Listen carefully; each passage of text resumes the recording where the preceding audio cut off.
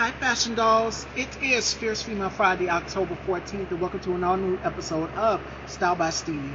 Our very special guest today is on the hit show on Nickelodeon, Game Shakers, as well as our next special guest, Angelique Bates from the hit show All That. She's going to be here at 4 p.m. He's worked alongside Kel on the hit show Game Shakers. He has his own production company, and we're here to get into some things with him, ladies and gentlemen. I'm super excited for our very first special guest, Randy Rands, and coming up next at 4 p.m. we have Angelique Bates. So let's dive into some things with our very special guest, Mr. Randy Rands, ladies and gentlemen.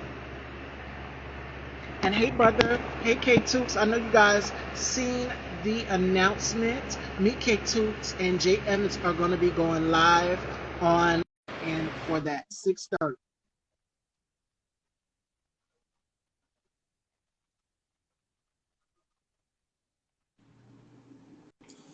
Hey, Oh, hello. good to see you. Thank you for having me. You too. Welcome to the Dollhouse. How are you? I'm doing good. I can't complain, you know. I'm happy today. Oh my goodness. Welcome, welcome, TGIF. So before we dive into this interview, how has 2022 been for you thus far? Because we've had some ups and downs with this new variant. We're now in the fall like Yeah. months, weather season, and so much has changed. Things have opened back up somewhat. So how's your 2022 been so far? And I know you just celebrated a birthday not too long ago. Yes. My birthday was just last Friday. I celebrated my birthday. I had a really good time. But 2022 has been, like I say, it's been kind of like, I would say, up and down. Like the year started off kind of rocky. I hit the top of the year with COVID, the Omicron. That's the first time I had COVID, so I was a little down for like 2 weeks. I mean, it wasn't like I didn't have no extremes, like feelings or nothing like that. I was just like a little fatigued. So I started the year off with COVID. But I mean, since then, I can say it's been really good to me. I've came up with a plan, and I've just been sticking to my plan, and that's most important, you know. Absolutely. All right, so we're going to dive right into this. Open the journey book and start from the beginning. How did you get your start into acting? Um, that's funny, right? It started a long time ago as far as like me knowing what I wanted to do in life. I got inspired by a Jim Carrey movie, believe it or not. Ace Ventura, Pet Detective was like one of my favorite movies of all time, and I'll never forget just watching that joint. I was probably like 12 and just like, yo, he getting paid to do this? Like, man, that gotta be fun, you know? Like, he just, like, that character he created was phenomenal, and it really inspired me to go that far, you know? And by the time I was 17, I was in high school, 12th grade, and I'll never forget a teacher of mine. She was like bragging about how her daughter was like, you know, doing commercials worldwide. And she was like, yeah, my daughter's doing commercials. I'm so proud of her. Yada, yada, yada. She started off in this acting school. I was like, well, what school she went to? And she was like, it's called Mosaic. I'm from Detroit, Michigan, by the way. So she was like, it's called Mosaic Youth Theater in Detroit. And she was like, you know, it's a really, really good program. She was like, they have auditions once a year. I think the age limits is like 10 to 17 or something like that. And I was like, okay. I was like, when is the audition? She was like, it's in September. I'm like, dang, it's like October at this point, you know? I'm like, dang, I missed it. So I remember just having that thought about this, Mosaic Youth Theater. And hold on, I'm sorry, somebody's calling. Yeah, I was found out about the Mosaic Youth Theater in Detroit. And by the time I graduated at 17. So I graduated June. So I remember around August, I thought about it one day. I was like, man, whatever happened to this mosaic that I heard about? Like, I was just at that point in life where I graduated high school and I wasn't doing college. I was thinking about the military, but I also was just thinking about, my life. So the day I looked it up, it was literally like a late day in August, and literally, when I looked up Mosaic Youth Theater, it was the last day of auditions for this program. And I was like, man, that's God talking to me. You know, I'm like, what? This the day of? So I'm going around, scraping around, asking people to take me to the spot, you know. So my mom finally helped me get there. And I'll never forget, I went in there and they gave me a paper. Like, do you got something prepared? I was like, no. I was like, well, we have something you can read. Go out, take a script and read it. And I'll never forget, I just chose like what was the best one. It was like a nerd character, you know, that I decided to do.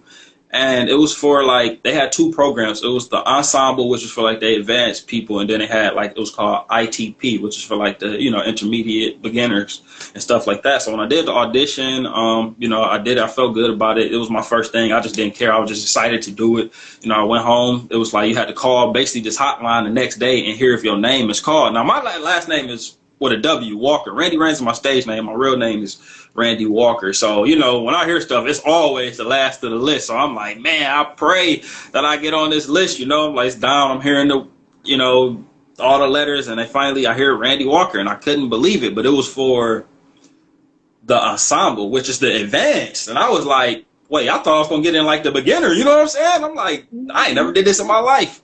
So that's kind of was like my intro to acting, and that theater organization, Mosaic, was phenomenal and instilled like the work ethic in me. We was only had the mindset of only the best, nothing less. So I'll always like pay homage to Mosaic Youth Theater in Detroit.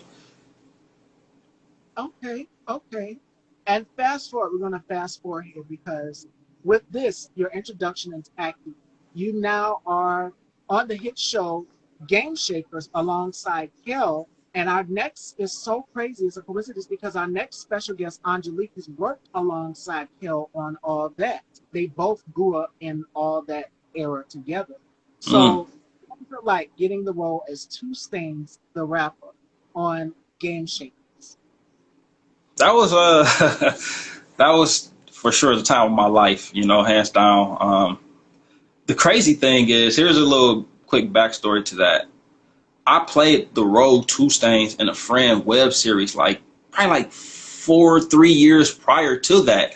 And it was just like, I mean, it was an independent project. So I was like, what's the odds of, you know, really like booking Two Stains, you know? Because that was just like a little gimmick. Like I was really Two Stains hype man. It was a rapper named Two Stains, and I was kind of his hype man. So I just never forget, like, that's like God's timing, you know? Just like I actually like already kind of did this and it came to life. Like it was just weird like that. But to do that role, it was pretty fun. Working with Kel Mitchell was absolutely incredible. I learned a lot from him. He's a comedian genius, you know, comedy genius. Like his timing is like unmatched.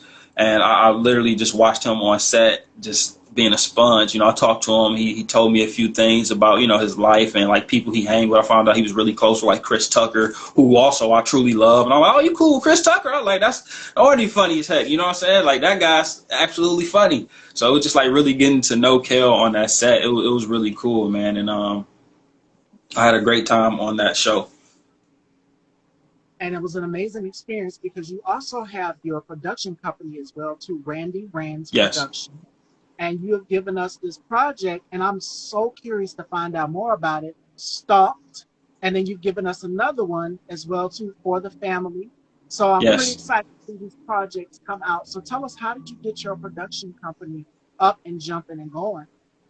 Well, I've been in LA for a long time now. It's been 13 years. I came here when I was 19. And I went to film school back in 2011, the Los Angeles Film School. It's funny. I came out here strictly for acting. Like I never thought I'll be creating. That's the crazy thing about like my journey is I really never thought I'll actually be creating content because it was just like acting only. But I ended up seeing like the creative process, and I kind of fell in love with it. And I wanted to like dibble and dabble into that. And I decided to go to Los Angeles Film School. And when I went there, it was, for me, it was personal though. Because like in grade school, I wasn't like the smartest kid in the world, you know, like I remember trying to like go to the military after high school, and I kind of failed this ASVAB test, like the basically the general education test, and I failed it. And that was something I really wanted to do. This was before I got into this youth theater thing, right? And I mean, it just works out how it works out. Like, it's just funny. Like, I'm glad that I didn't go to the military, but it was a wake-up lesson because that was something I truly wanted in life. So I realized I wasn't that book smart because I used to cheat on a lot of my tests in school and stuff like that. So I was like, you know, I felt dumb. So after that military experience, I started like retaining everything that I ever learned. I started researching anything I didn't know. I just wanted to like make my mind smart. So when I went to film school, it became personal. I'm like, I got to make up for what I didn't do in high school. I want to show myself I can be an honor student. So I went into that school with like, I'm going to kill this. And I did just that. Like by my fourth month, I was awarded Student of the Month. I was literally the first African-American person to even receive an award at this big film school of Student of the Month. And it was just like one of those things where it just all clicked for me. Like I was understanding everything because this school didn't teach us just like it wasn't no specific thing. You couldn't go to school just for writing if you was a writer. You couldn't go to school just for camera work. You know, you couldn't go to school just for editing. Like they taught us everything from directing, writing, editing, production design.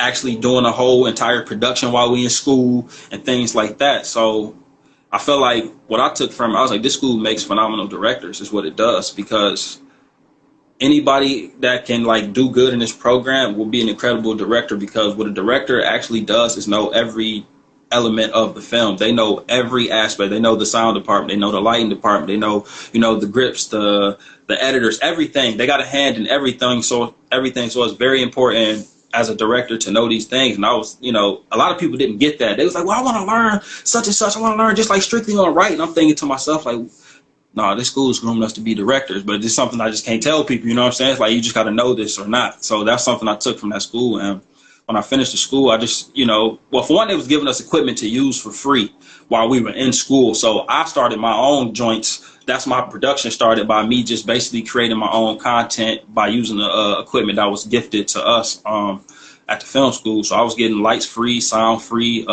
cameras free, and I'm an actor, so I knew all the talent already. So I was just able to, capitalize off what they was offering at that school. So I was able to kick off my first production, which was called Sucker Punch, and that was like a prank show.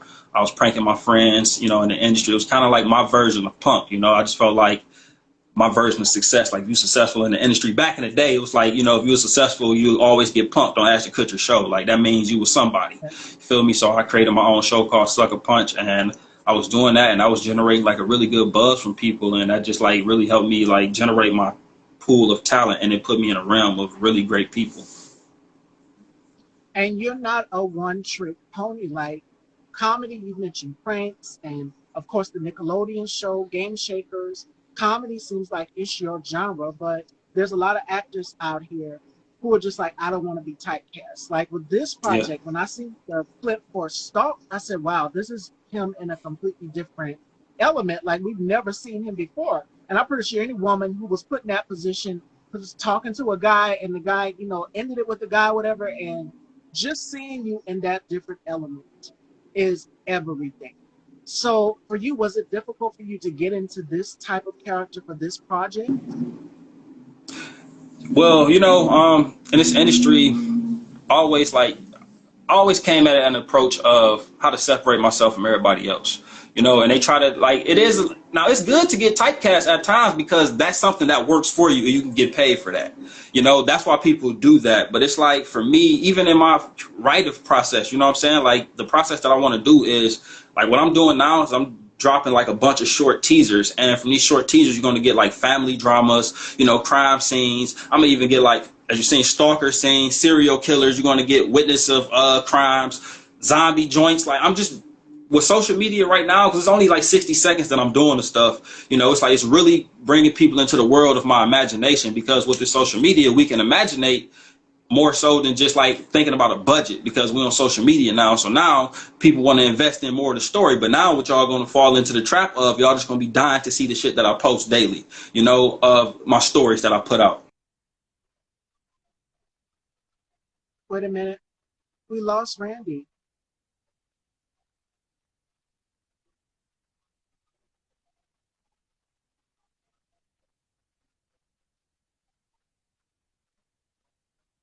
Give us a minute, ladies and gentlemen. I think we lost him. I think we lost Randy. Um, can you guys see me? Can y'all still hear me?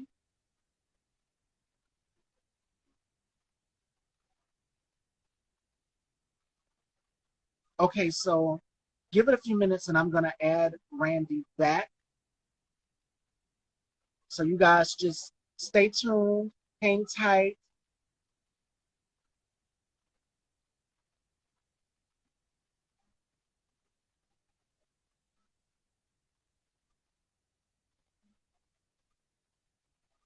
Can you guys see me? Can y'all hear me? Did I go out? Did sound go out or anything? All right, he's back. Let me add him back.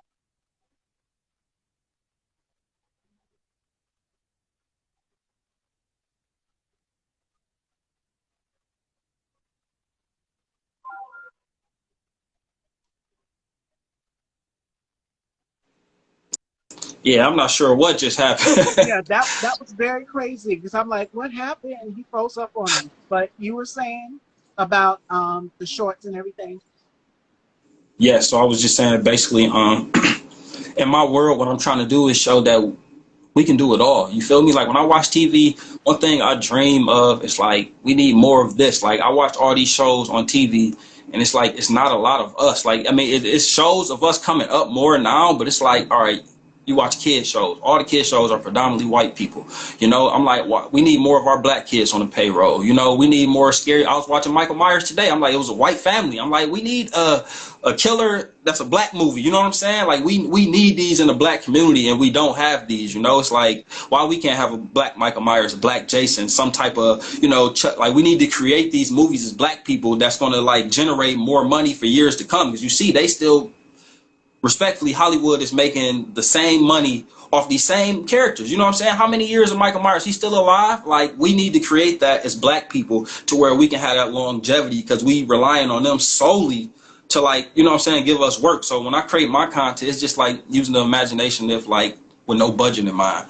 Because one thing that hinders writers here is like we just always think if I can't do it if I ain't got no budget. So my thing is it's social media 60 seconds. If I say if we running into a house barricading ourselves and I say zombies outside, y'all gonna fucking believe it. Y'all ain't gotta see the zombies. But if we capture that moment, you know, with good talent, good actors, have a, you know, sweat, blood on us, stuff like that, people can believe it and it'll make people, oh, I can see that happening in the black community. You know what I'm saying? It's just like The Woman King, for instance. Like, that's a phenomenal movie.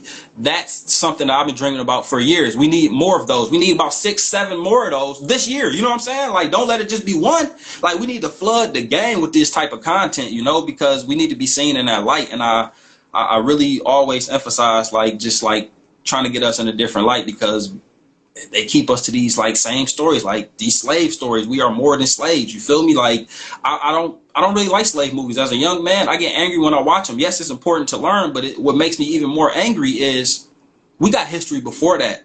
Like Yeah. y'all don't keep seeing Holocaust movies. You know what I'm saying? We don't see every year a Holocaust movie because that's painful to them. You know what I'm saying? Like you've seen a movie, but they don't always touch on it because nobody want to be triggered thinking about that, people dying, but they always want to show black people where y'all started, well, where they want us to think we started from. But what about where we were before that? And I wish we can get that type of shit. So that's me, you know, And and my showing us a productions. different life. Right, absolutely, I agree.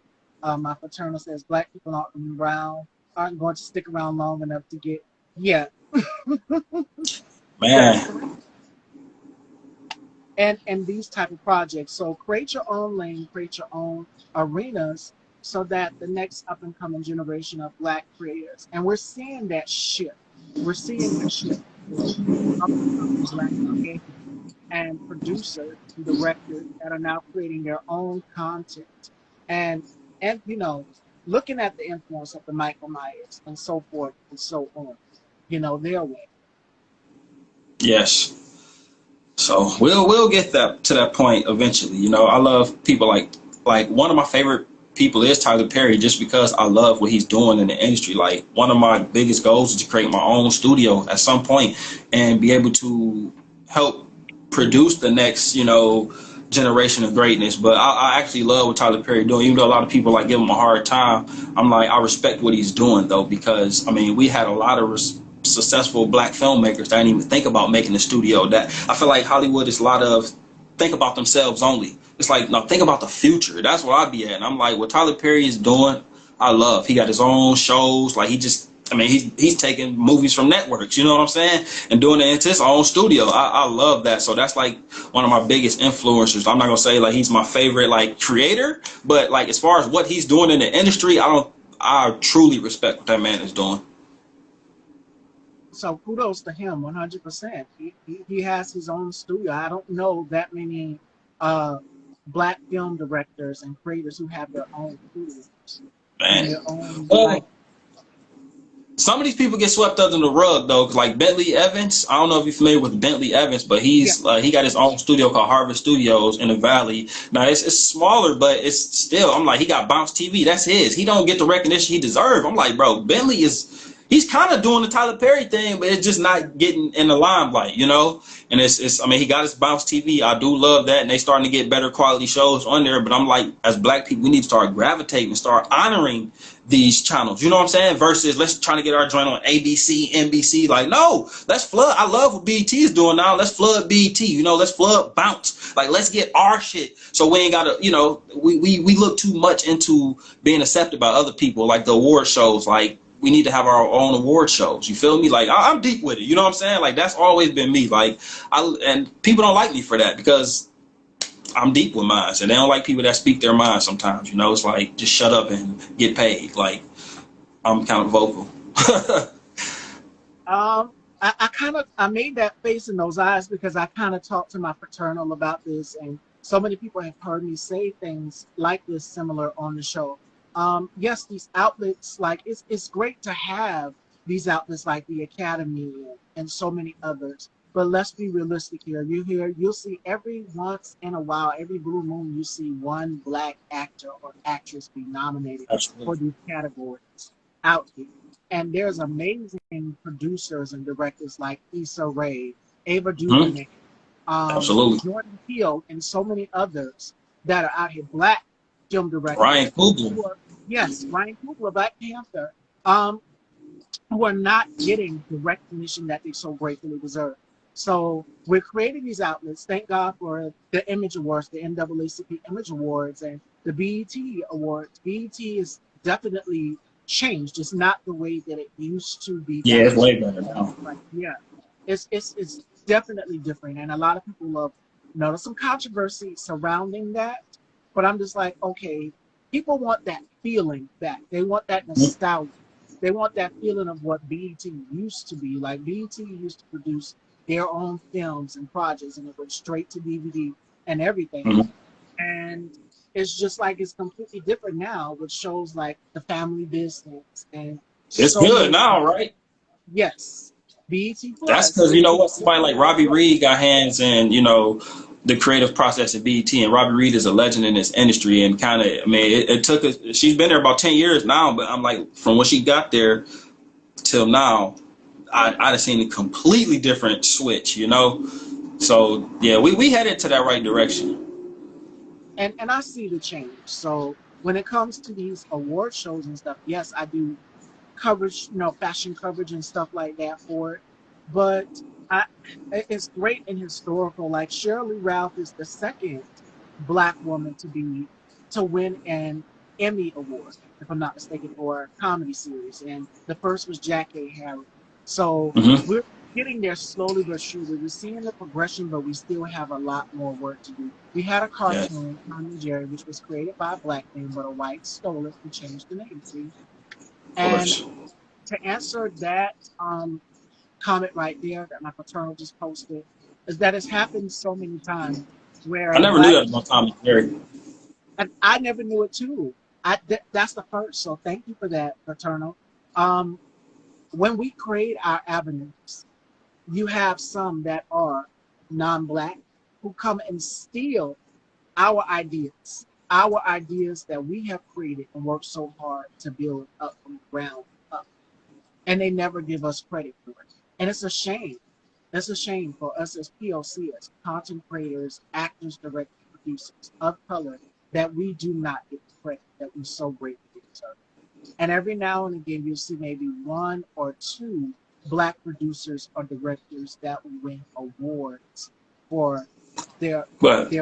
My question to that is, now it's like, why are we making these awards so important as us? Because, like, I wish we can celebrate a BET award as well as we celebrated the Oscar. It's all about how we view it. It's, for some reason, that's what I'm saying, is the need to feel accepted by a certain crowd of people, because for a person to be like, I know actors like, I don't want to work on BET. I remember hearing people say that all the time, and these same people got a show on BET now, which is crazy. But I'm like, why do we poop on our own people? You know what I'm saying? It's like, why can't an Image Award, I mean, even though I know a couple people that do got an Image Award and they honor that award, that is very honorable. The NAACP Image Award is, but I feel like it should be more on a scale of televised, very like big, make it the thing to where we don't have to show up to the Oscars. We got our own, and unfortunately in our history, when we decided to have our own, white people decided to bomb our shit.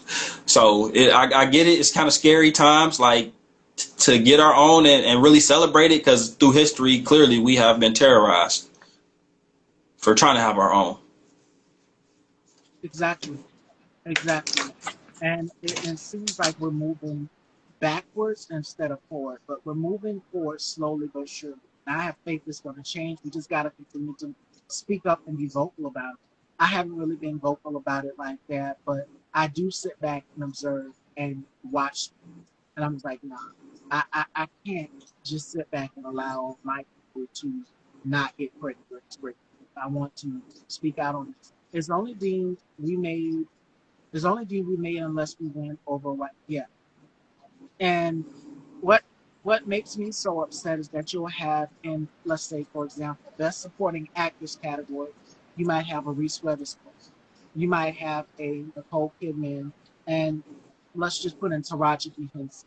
We already know who's going to get the award. I've seen the statistics and the genetic makeup, like for the Academy Awards, and the percentage on who gets nominated and who's on the staff, who's on the team. All of those things, we definitely need change, and Yeah. it can't just happen every once in a while. It needs to be a conversation, really thoroughly, to sit down and discuss how are we going to do this, because it can't just be all white non-black actresses and then you've got one black actress in the cast. The struggle with that is going to be because the people of power are not of melanin. So that's their stuff. They always like, this is ours. We get your own. That's my point. That's how they viewing it. Get y'all own. Like we'll give y'all one, maybe. You know what I'm saying? Like that's, I mean, and they are unapologetic about that shit.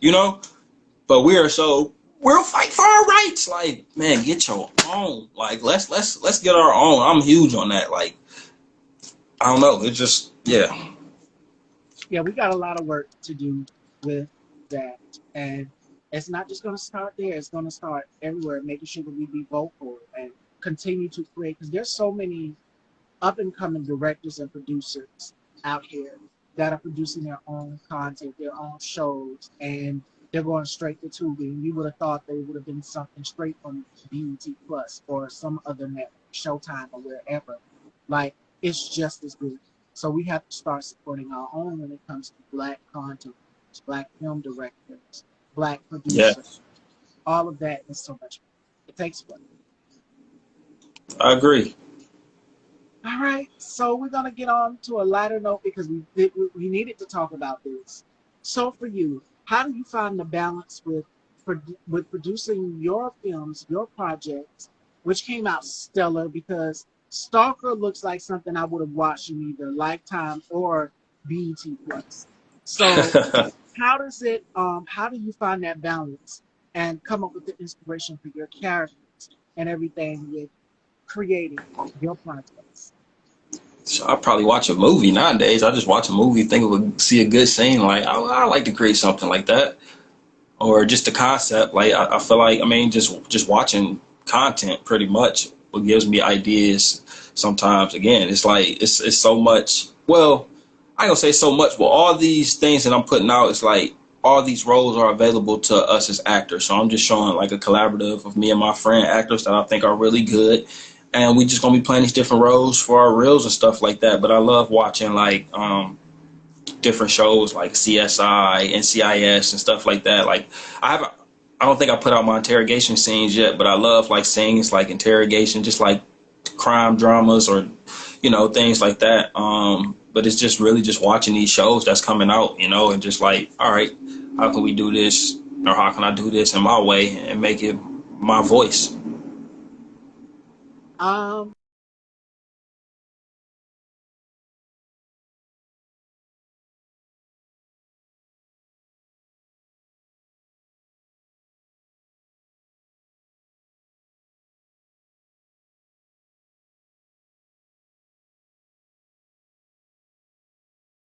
uh-oh, we went out for a sec. I We're see you losing now. range. You don't see me? Yeah, I see you now. It was just froze for a minute. Okay. All right. IG is trying us today. Let's get together. All right. Again, that inspiration for your projects comes from so many places because there's so many, again, so many directors and producers that are dropping their own projects out here, Black owned, and we have to support them as well too. So that's why I make it my business to give people a platform to come on and promote their projects or whatever it is. So yeah, I I'm all about. appreciate you having me. You're so welcome. All right, fashion dolls. It is halfway time for our next interview. So we're going to do some games here with Randy, and I'm super excited. All right, the first one is called the Rapid Five. And Randy has to tell us five things that he can't live without. It can be your goals, your passions, your dreams, or it can be your favorite football team. It can be your favorite food, whatever you like in the top five. And then the next one, we're going to get a little spicy here. So this is where my guests get to ask me questions. It is called Turn the Tables, and my guests get to ask me as many questions as they want to. And for my new viewers out there, you get to find out a little bit more about me, the host. So we're going to start off with the rapid five. What are five things that Randy can't live without? Well, my daughter, that's one. Um, I gotta have a video game. That's like my little piece of sanity. Okay. Sports. I love sports. Of course, my passion. I can't live without like doing something catered to my passion. Good food. I can't live without good food. You know. All So right. that would be five. That's five. All right, ladies and gentlemen, fashion dolls, it is time to get into turn the tables. And this is where my guests get to ask as many questions as they want to. And for the new viewers that are watching the show, you get to find out a little bit more about me. I kind of open up a little bit and become a little bit more candid. So I'm going to pass it on here to Randy. Randy's going to ask me some questions, and you guys are going to get to find out a little bit more about this world to my new viewers. All right, Randy, take it away. Okay. How do you network and meet certain people? Like I seen you did an interview with somebody that's been a good friend of mine for years. He played Jerome on Snowfall. So I was Yes, just like, how do you Jeremy did. connect with a lot of these people? Well, I reached out to Amen and we had a conversation. This was back that we did that interview back in 2021. And we've been had it planned in the works. I'm always cooking up something. That's one thing people don't know about me is I'm very mysterious. I'm very private. So I don't reveal a whole lot if it's something big. That was one of the biggest interviews next to the one that I did with Vanessa Williams ever. And I was so honored to have him there. So we talked and we exchanged messages and everything. We had it in works. I said, yo, come on the platform. We got to talk about Snowfall. And when he came there, a lot of people were trying to question him because the show, I think, was being picked up, what, season two at the time?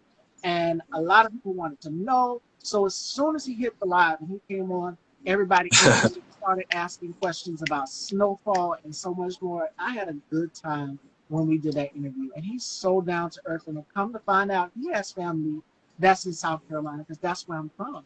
So yeah. Hmm. Yeah, I love Amy. He's a good friend of mine. I've been knowing him for shit, 13 years. I've known him since I got out here. We was in T-Saw, Tasha Smith acting class together, which is crazy. That class is legendary now. I look back, like I look at all the classmates from that class, and everybody's kind of doing their thing. Um, y'all, I would say, where are you from? You say South Carolina. Yes, Southern girl. So, what made you want to start like interviewing and giving like platforms like this? What made you decide to like come into this?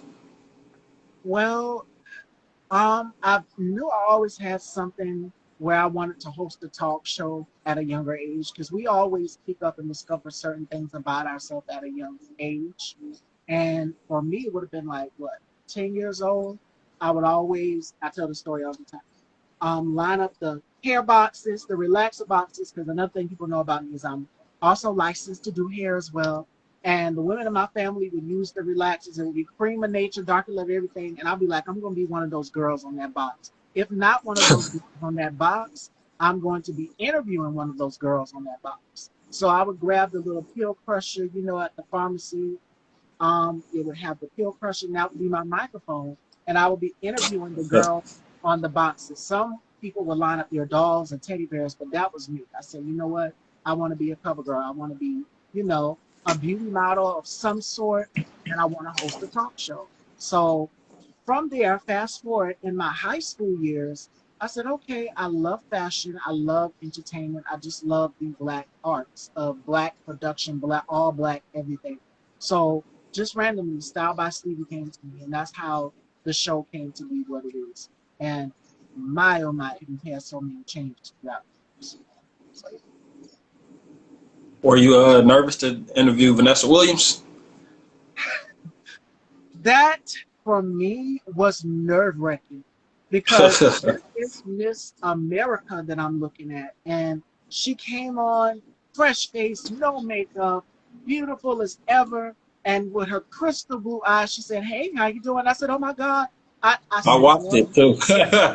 you can't freeze up now. You looked at this woman in Soul Food. You've seen her in BET watching her music videos and so many other things. And now I have pictures of her on the walls back in the day, flipping through hair magazines. So I'm just like, wow, she's here in real time.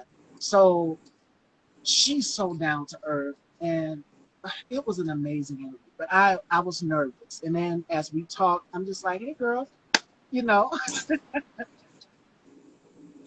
Yeah, it's funny how like this industry is like, man, these people are just like normal human beings, you know. Just like once you actually get to talk to them, like, man, she just is like me, you know. It's definitely one of those industries though. But I've brushed shoulders. I don't think I've spoke to her, but I know I've seen her in person before, and she is like just as beautiful in person as she is on TV. yes, and everybody was saying that. Oh my gosh, she looks the same. Yeah, I said the same thing. I would look at some of her old pictures that she took, during the time she was in the pageant, the competition, and now still the same. It's like time stands still. So that was one of the biggest interviews that I've ever.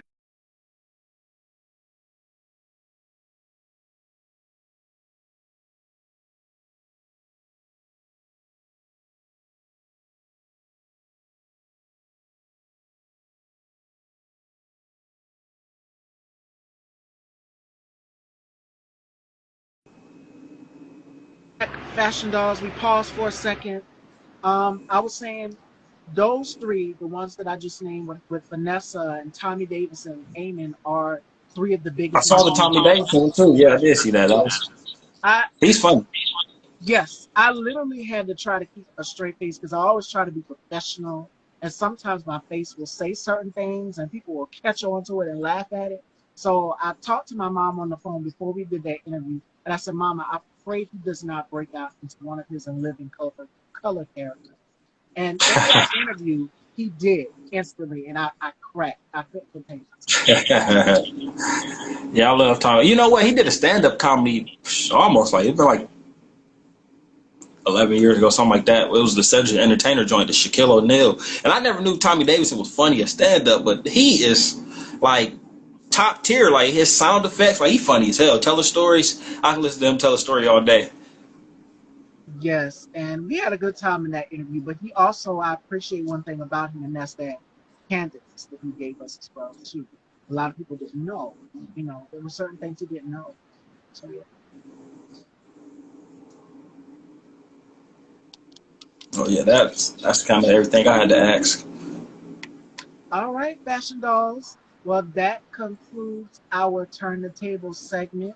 Shout outs. I see my girl Commerce Paradise is here, black owned. So make sure you guys, she's coming on the show actually in November, and we're going to talk all things healthy hair for the fall, winter months. So definitely tune in for that. She has her hair growth oil, and she has her lip glosses and her lashes. So definitely go and support Commerce Paradise and her press on nails. So definitely go follow, support. She's going to be here on the show next month, and we're going to be talking about ways that you can keep your hair healthy for the fall, winter. Because lately, I know things are opening back up, but there are still some hair salons that are closed. So it's just like, what are we as women going to do with our hair? What is going to be the next option? So stay tuned for that. Tune in next. All right, fashion dolls. Um, my questions for you are, where do you see yourself? Because we are now at the quarter of the end of this year here, 2022, now going into 2023. And I have to ask people the question now while we're in this year. What is something that you're looking for or manifesting for 2023? Um, I want to. Well, I'm fighting for my daughter's rights right now, so I would say full custody of my daughter. I'm sorry. That's something I would like to manifest. And you got my prayers and wishes. You got this. You got this. Thank 100%. you. Oh, Fathers matter. absolutely. Yes. Yes, yes, yes. Anything else? What is something that you would like to take with you that you've learned from 2022 going into the new year of 2020? Um, well, I like this rhythm that I'm in with my creating, so I'm just like, I'm enjoying getting as good as I dream to be.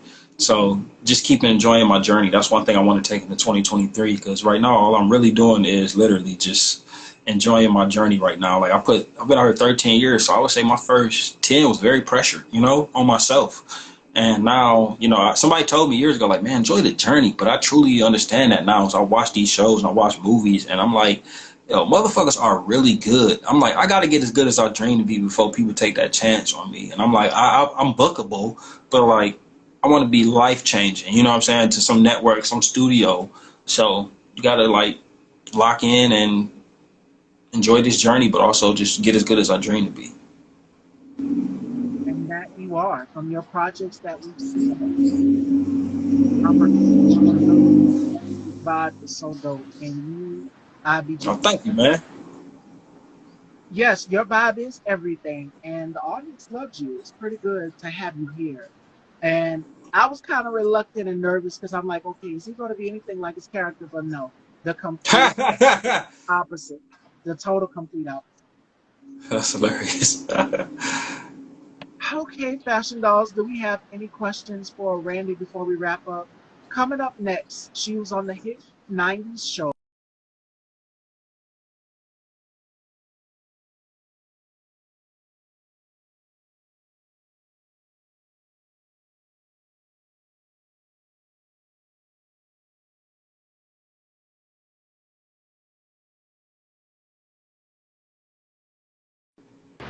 And we're back. We paused for a second, ladies and gentlemen.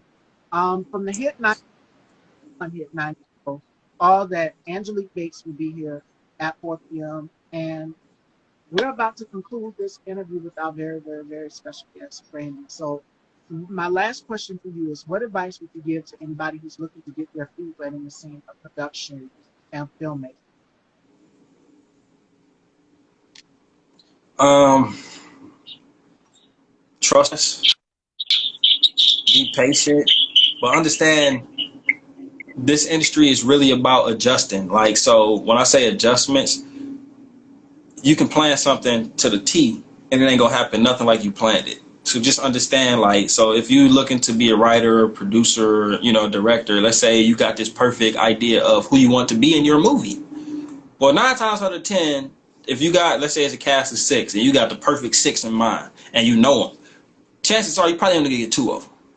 That's the reality of this industry. Don't let the no's defeat you. Just understand people are replaceable and you can make your stuff come to life. Don't let somebody rejection stop you from doing what you need to do. And shout outs to Brian Keys who's done it's an echo. Can you guys hear me? I hear you. Okay, yes, I was saying shout out to Brian Keys, who worked on the show Gold Power Through the Story, which is the spinoff for Power. He said something that we have to realize the power of no. So do what works for you 100% and stay 100%. Yes.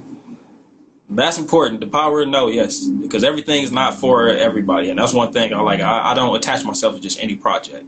So be very selective. Like it's chess, not checkers. And a lot of people make the mistake thinking it's chess. I mean checkers.